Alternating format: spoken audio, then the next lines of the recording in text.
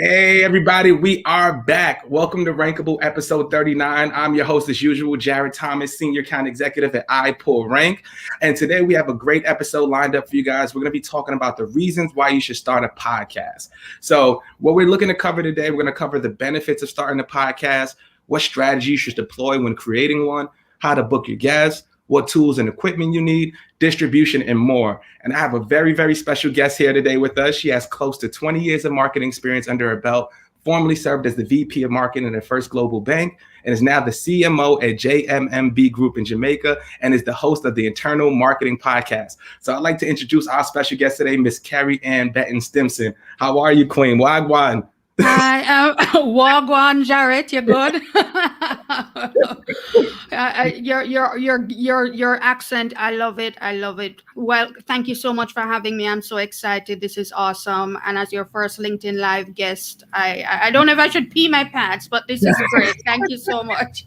Thank you for joining. It's an absolute pleasure to have you. Obviously we've been speaking for quite some time. It's great to finally meet you. And this is for everybody listening. This is the benefits of being on LinkedIn, right? Being social, you meet great people, and we're always looking to collaborate and help each other out. So that's the real benefit of it. And what we're going to do today, talk about why you should start a podcast, right? So before we begin, Kerry, I would love to hear a little bit about your story and your background, and really why you to start your own podcast.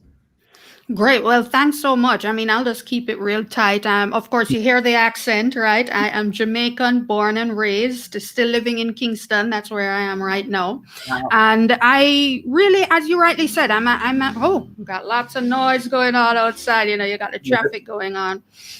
But yeah, so I've been a financial services marketer for virtually my entire marketing career. And now with being part of JMMB, I'm actually a podcaster with two hats. So I'm an independent podcaster with my own podcast.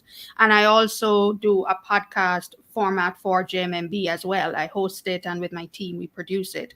Yeah. And for the company podcast, it came out of the pandemic, quite frankly. Yeah. So here it is, everybody. It's March 2020. Everybody's sheltering in place. But as a financial services company, people were very, very shocked by not only the health impact of the pandemic, but businesses were closing. People were losing jobs. You're talking about debt racking up. People were just very anxious and nervous about what should I be doing right now with my money, with my savings, with my investments. How am I going to manage my debt? And we said, you know what? We're going to answer the call. And the goal was just to launch this thing. We stream live at night, literally at night after 8 p.m., which is after curfew, because we had curfews, national curfews. And we just started to talk about what to do with your stock portfolio, how to manage debt, how to redo your budget. And folks were just so grateful for the information. And we just kept going. And a year later, we're still very much doing that Tuesday night, 8 p.m. Yeah. Beautiful. And I think the takeaway just now is, right, you guys created it out of a necessity of the pandemic, right? And I use this line a lot, and I think you guys embody that. But if you teach them how to fish, they'll learn you sell fishing poles, right? So in that regard, you guys are saying, look, we know what the market is. We understand how you feel. This doesn't have to be transactional right now, right? Let me inform you. Let me inform you. Let me get to know you guys. What are the challenges you're dealing with? And let's deliver to that. And if you need additional help, you've got our numbers, you've got our contacts, and we'll make it happen. It makes a seamless sale. And absolutely. Yep. And that's kind of how we did the same thing, right? It was like once March hit here, it was like March 10th or something when the pandemic hit. Once a week after, we were using Zoom Info. I don't know what you guys use on the sales side, but we were using that for like sending emails. Every email bounced. So it was like, no longer here. This person is not here. Moved. And it's like, oh my, how are we going to get sales? Like, what are we going to do? And then we was just like, hey, we've got a little bit of notoriety on LinkedIn. We have some traction going on. Let's just start it. We had zero equipment. I had my son's little kitty headphones. I had nothing, no microphone. And we just did it. And here we are now. And I've just been grateful of that. But I would love to hear from you. Like, what are some of the benefits that you've seen since starting? Like, what are some of the coolest things that have occurred for you? Well, for us, the coolest thing I think is that there has been such a tremendous brand benefit. So the first thing is it's very inexpensive to do, and I know we'll get into that. Yeah. But we use, a platform just like pretty much like what we're on now, StreamYard, and it's in folks are at home just like us right now. It's very inexpensive, and we showed up at a time when people needed us, and I think that's probably the biggest benefit that we've seen for our brand. Because again, as you rightly say, you're not doing a sales pitch. People have a need.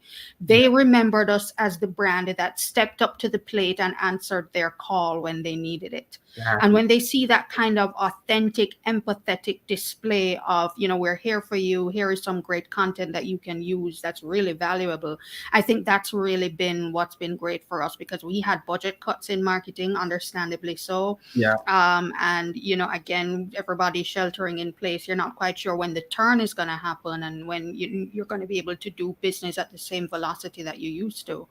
But for us, it's really just been a tremendous brand benefit. So now that things are turning, this is why people are like, well, I remember JMMB because they were there, and they were there early, and they were there, right on time for what we needed. And so that's, I would say, the biggest benefit is the brand building. And then, of course, for someone like me as an employee, there's a personal brand building benefit as well. I'm not going to lie, right? It was actually out of the JMMB company podcast that I realized, if I can do this and I really love this and I'm passionate about it and I do it well, then it actually gave me the courage to do my own thing. But it's really been an awesome personal branding benefit for me as well, and the company brand as well. So we're kind of on the same train and joined the ride. Absolutely. I think that's a huge thing. The brand benefits cannot be understated, people, right? The ability to connect with, think about the content that you're creating right now, right? Think about the blogs, think about the articles, think about all those things, right? Do they have a connection with the audience? Yes. But if you can get your audience to sit here on a podcast for 30 minutes and understand you, like who you are, understand your personality, your vision, right? That is a much better connection, and it leaves you for a personal connection that can't be duplicated just by written content. Right. I think that's the huge benefit. And then also, like for somebody like us, right, we're hosting people, the ability to learn. You're constantly learning, constantly. So it's not an episode I haven't learned from somebody. And I'm like, whoa, that was, clip it up. Let's send it out. I love it. Absolutely. Absolutely. Because even though I'm hosting, I'm taking notes too, because as you're like, this is an awesome guest that's coming on, and we're producing this content for the audience, but you're taking notes too, because as you say, you're learning just as much as your audience is. So that's been, oh my goodness, it's been amazing. Absolutely. And the fact that they can grow with you, like I know me personally, like, and just the reach too, right? It's been times where I've gotten emails or DMs from people from Africa, Germany, France. And I'm like, thank you so much. I'm just a dude in the Bronx just on a computer. And, I appreciate the love and the support, but it just makes you feel that, our voices are needed, right? Yeah. People are yearning for this type of content, to be authentic, right? Like you said, to be real, be your authentic self. And that's what really is the benefit. And I'm curious for you, like, what does the booking look like? So how do you book your guests? Wow. So, well, for us, I think the biggest way in which we book our guests is actually we scour we scour social media, primarily LinkedIn and Twitter, right? So, so of course, first of all, we do a lot of social listening to begin with, right? I'm sorry. So do you use like Hootsuite or? We use Brand24, right? So it's an awesome app. So we use it, have it on my phone. It's an awesome app that, of course, alerts us whenever our brand is mentioned in certain social media platforms, but it also helps us to monitor the conversations that are taking place. So let's start there, right? What's your audience talking about? What do they want to know? What information do they need?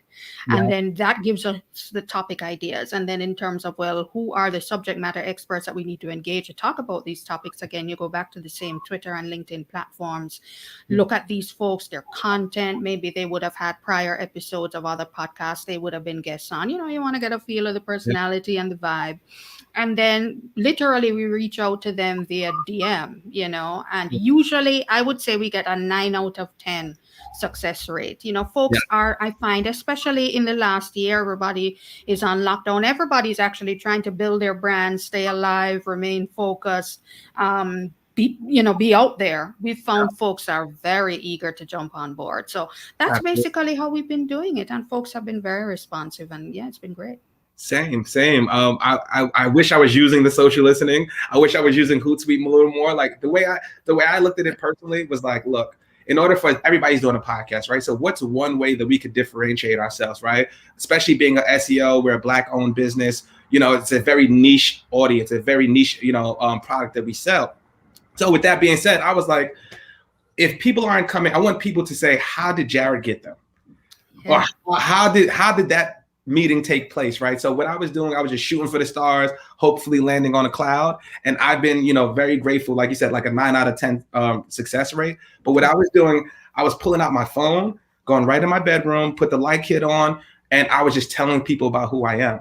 I was just like, I love who you are. I aspire to be somebody like yourself. You're a CEO of a big national chain. You're a CMO or vice president of marketing, right? And I aspire to be those things. So in order to get there, I have to learn from you. So would you please, would you mind coming on our show and spending some time? And then from there, it was just, yeah, of course, man. And I'm like, what the? And when I noticed the people who were actually coming, I'm like, you got to be kidding me. I'm actually going to speak to these people. And it's just, it's something to look forward to, right? Mama always said, if happiness is just having something to look forward to. Yeah. And, I love the way you put that, Jared, because for us, again, when you talk about your podcast and the focus that you want to have, and even going back to that point of listening, listening is not only so much, well, okay, what is my competition doing and what do people want to know? It's also about what do they want to know that someone else is not already telling them, exactly. Right? So there are a million marketing podcasts, but how many podcasts are there talking about internal marketing, right? Exactly. So we do a financial planning podcast that helps people how to manage their money. But everybody tells you how to get a mortgage, but not everybody talks about the 10 things they don't tell you when buying a house. Yes. You get what I'm saying? And that's, you find your niche, you get in there and you're giving content that's next level that no one else is giving. And that for me is the winning formula. And people want to be a part of that always. Yeah, you hit the nail on the head, right? Because I think most brands, they want to hoard that information, right? I don't want to give it away. You got to pay for it and all that other stuff. No. Give the information for free. The customer will thank you later. The customer will absolutely thank you later. And it's just like, like you said, everybody wants to know, how do you get a mortgage, right? But what are the steps? What should I look for? How do I vet these mortgage options, right? Should I refinance if I already have one? Like, what are the downsides? What are the pros? What are the cons, right? Yeah. And just learn from somebody that you trust. And if I trust you, when I really do have an issue, you're going to be the person I come to, my source of truth, right? Absolutely. That's what it's all about, right? That's the connection. And in terms of like, what would you say, and this is actually, I would love to hear from your perspective. Like, what did you say is the hardest part of being a host? Wow. Well, actually, I remember thinking about that. And in my view, Jared, can I say, I think hosting is the easy part. It's the producing that's the hard part.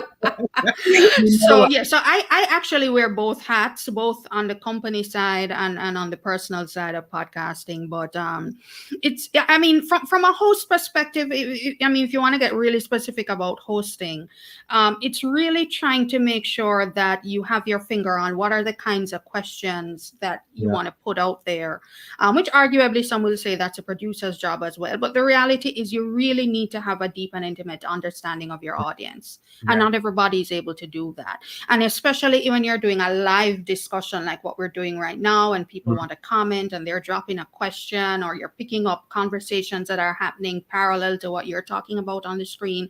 How can you flip that? How can you, maybe shift gears if you need to make sure that you're always delivering the content that your audience wants to hear? Because sometimes you can come in with the greatest of plans and we're going to do this, and this. And when you do a temperature check of what's happening in the comments and the audience, you're realizing, actually, I really want to kind of focus on this angle. Then you just have to do that. And I think that's probably the hardest part that not everybody gets.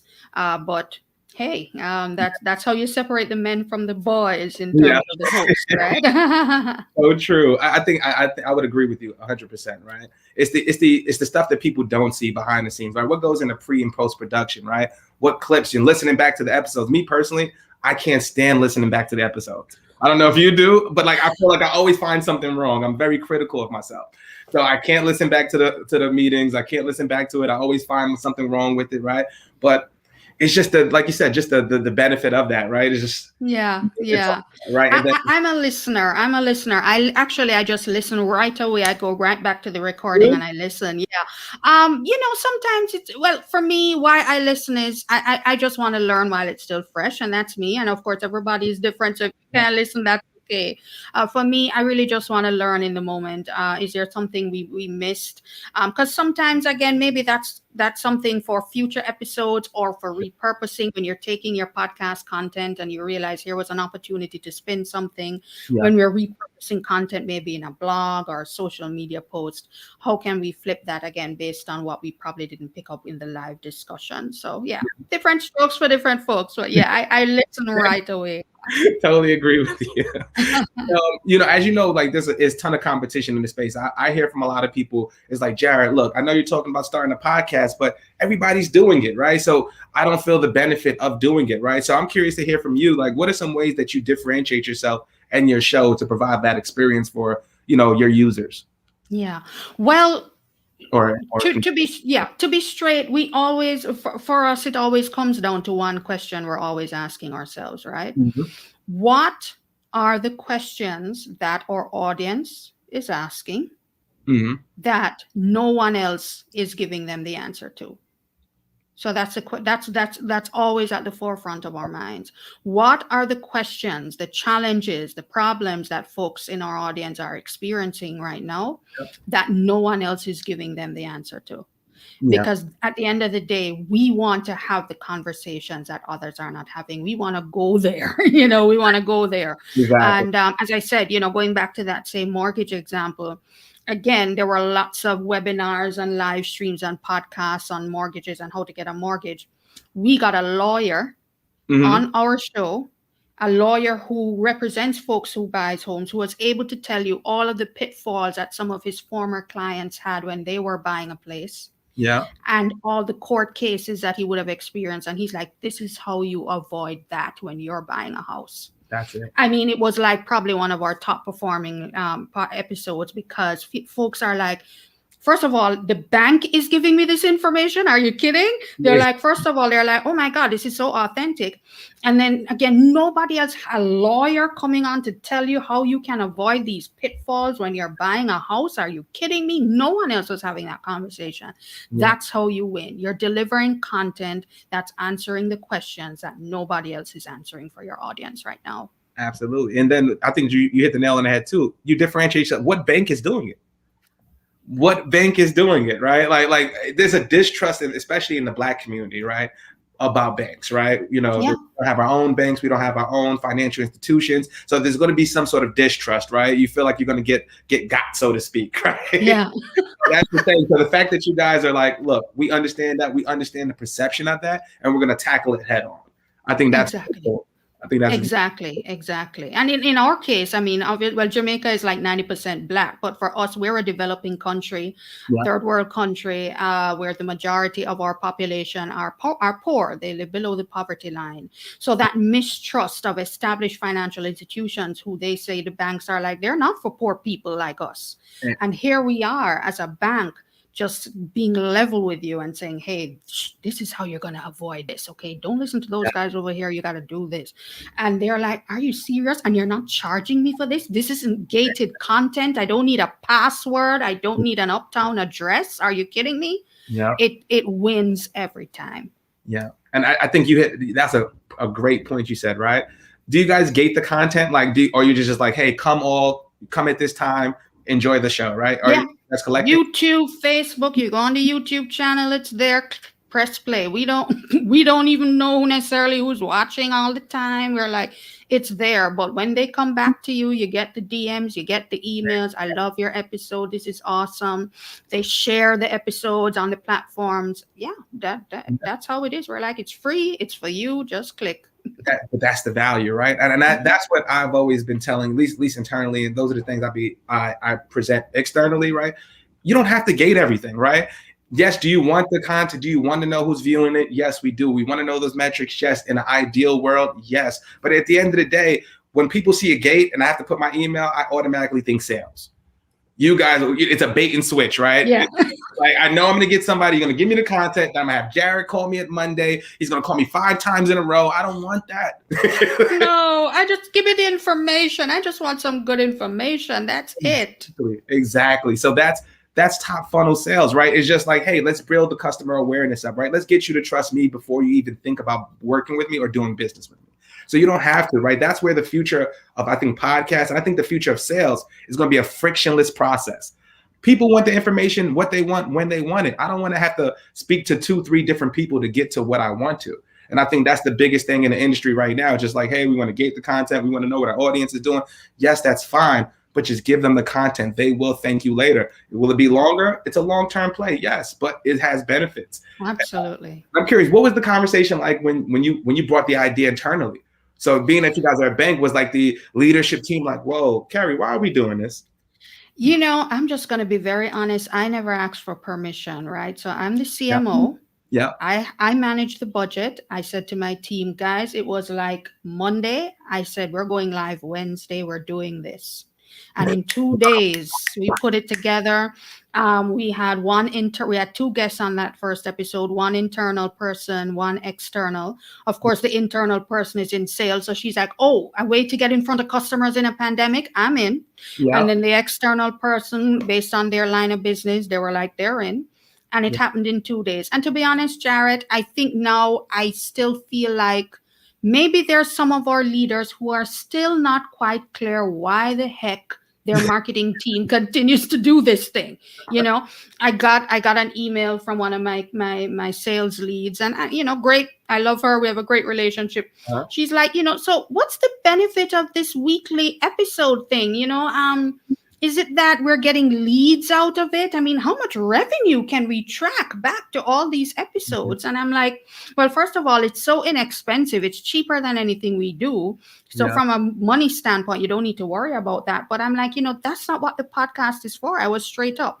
If you're going to be tracking sales from that, you're going to think we're getting zero. But when you talk about building a brand, putting us out there, creating a brand sentiment that's so powerful. Yes. When you see our brand sentiment scores on social media go through the roof because people are just so grateful that we're out there every week with this rich content for no price at all, that's really helping them.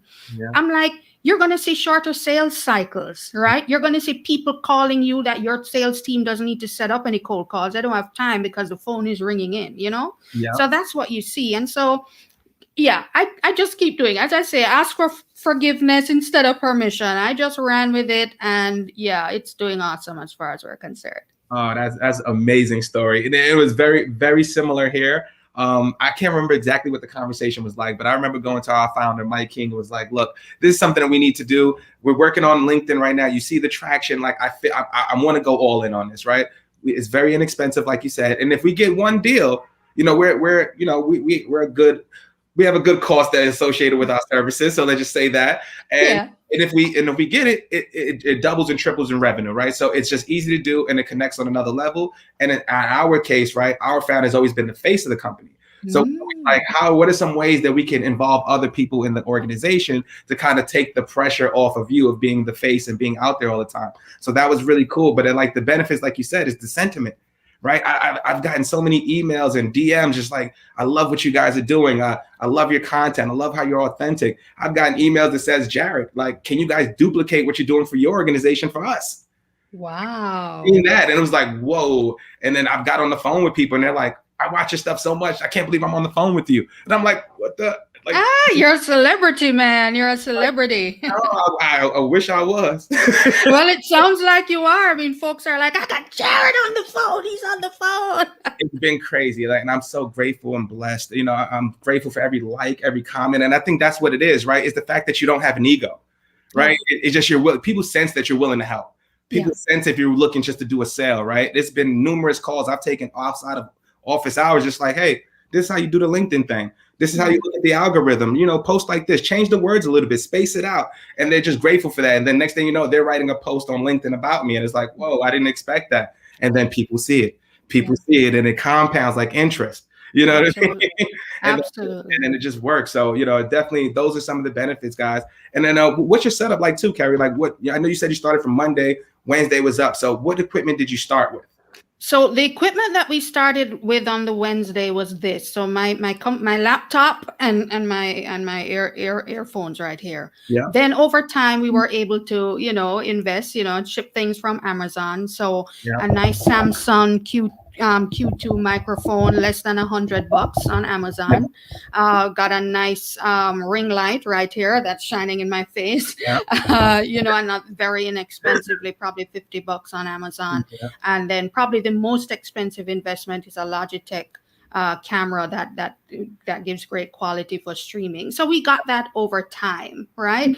But certainly for the first few weeks before those came in, it was just your laptop and your earbuds, or your earphones, whatever it is. And at the end of the day, if your content is that powerful, you always want to deliver on quality. And I don't want to make it sound like I'm undervaluing the importance of having great audio quality, which is why we do invest in the microphone and the camera to make sure we're upping the quality. But don't let that stop you from starting, because at the end of the day, it's going to be the quality of your content that's going to make you win. So with all the sexy microphones and cameras and lights, if the quality is not going to be on point every single time, then you're wasting your time.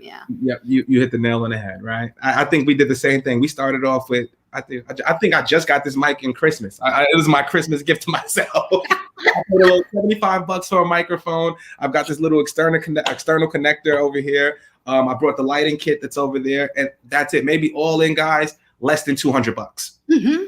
Less than $200, and it's a great investment, right? And as you start to get more traction, you're going to want to refine it. You're going to want to up it up. Yeah. Like I know, pretty sure for like same thing with you. Like your first episode, you probably look back and cringe. You're like, oh, the camera is all foggy. Just cringe, right? But it's like you learn and you grow. Just step into it. Just do it, right? There is a benefit for just starting. Your people will tell you. You'll learn in the process. And to be honest with you, people like the journey. Yeah. People enjoy the journey. That's the real benefit, right? When people see you first starting off on LinkedIn or first starting off with a podcast, right? And then to see you a year from now and how you've progressed, people are championing that, and you can use that as your benefit, right? I'm learning just like you guys. I'm not anything special. I'm a person like you, and I'm going to learn and help you any way I can. And that just, it trickles from there, right? But we're almost, oh wow, when your time flies when you're having fun. I didn't realize. Yeah, right. But I do have this is a good question for you. Yeah. What is the craziest thing that happened to you on air?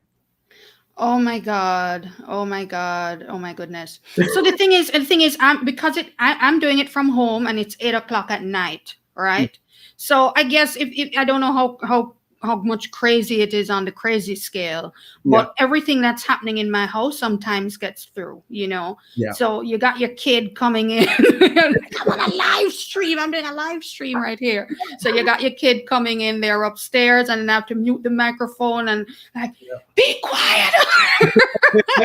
So it's just trying to navigate what's happening in the home space, because it is 8:00 at night, which coincides with bedtime. I mean, my husband is great. He's normally with them, but sometimes the dads can't herd the kids like how we can, right? So bless his heart. Yeah, sometimes he doesn't get it all right, but you work out a system. But yeah, that's basically it. But most of the crazy stuff is actually off camera. So if you take a picture, I have on my nice branded shirt up here. Yeah. And then you'll see the house bedroom bunny slippers on the feet, but that's off the camera. that's how it is, right? Yeah. And I think the craziest thing, I've been kicked off of air. So I've been like, my internet just dropped. And my guests are still in the damn live chat, and they're like, "Where's Jared?" And I just pop back in randomly, like, "Oh, like nothing." Yeah, that happened once to me too. Yes. I lose train of thought all the time. Yeah, me too. I'm like, oh my goodness, I didn't get what that guest just said. Because you're looking at the comments, you're looking at the guest, you're trying to navigate all these different things. Yeah, it's lots of fun.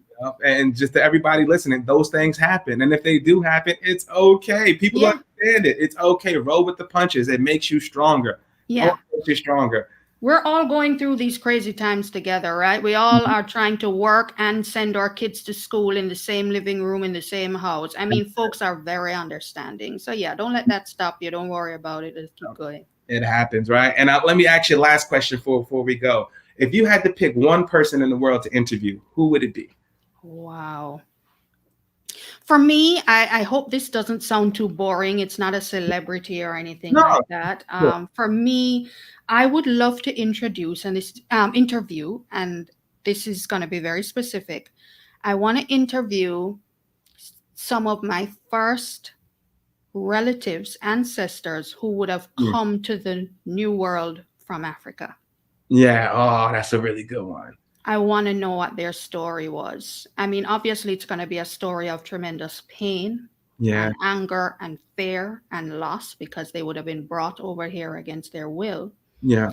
But just to understand their journey, I think would be fascinating. Yeah. And for them to meet me, to see what's going to be the transition that's going to happen hundreds of years later, I think would be awesome. Because as Black folks, we lose a lot of our historical connections because of that lack of record keeping, that the slave trade would not have facilitated. So to be able to dig into that and to meet them and hear their story, I think would be just amazing. Yeah. I can't even top. That's a great one. Oh dear. I drop the mic after that. Like, oh, who would it be? I would love it. It probably would be a business related, and I don't know what the person is off the top of my head, but I would love to know what the experience was like of the first Black CEO in America. Oh wow, that's awesome! I love that. Yeah, I'm not sure who that person. Like, who was the first Black CEO in America? Like, who? When? Right?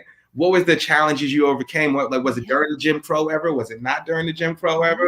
Like, what did you deal with, right? And how did your family champion you? Like, those types of things I would love to, that person I would love to interview. And I'm not sure who else, like, and maybe, like you said, the ancestors, like, I would love to do a real interview with my mom too. Oh, I love that. Like, what do you think about mom? What was in your head when I was born, right? What was in your mind process? Thinking like, hey, I gotta do X, Y, Z, and like, just how did you manage it all? So wow. I would love to get her on. Awesome. That's awesome. I love that. Yeah. So I definitely appreciate it. I realize we're a little bit over time, but Kerry, thank you so much. I've enjoyed this conversation thoroughly. It's an absolute pleasure, and I'm always rooting for you. So I do wish you the best, and I will be on your show one day. You just tell me when, and I'm there. Absolutely. Okay. Thank you so much, Jared. It's been an honor to be here. So grateful that you reached out, and I hope whatever I shared today will add value to someone's podcasting journey. And looking forward to seeing you again, and continuing our great exchanges on LinkedIn. We will. We definitely will. And thank you, everybody, for joining today. Thank you for taking time out your busy day to join us. Please give us any feedback, anything that you'd like us to talk about in future episodes. Next week, we've got Linwood Bivens, who is the CEO of Reach TV. So he's the biggest media player in the internationals, like say the airport media. So if you go to media, if you go to the airport, and you see the TVs and they're sending broadcasting and cable stuff, he owns all of that. So he's a Black man. I can't wait to reach him and speak with him. And we're going to have a great episode next week. So thank you again, Kerry. It's a pleasure and an honor, and hope you have a great rest of the day, and see you guys soon. Take care.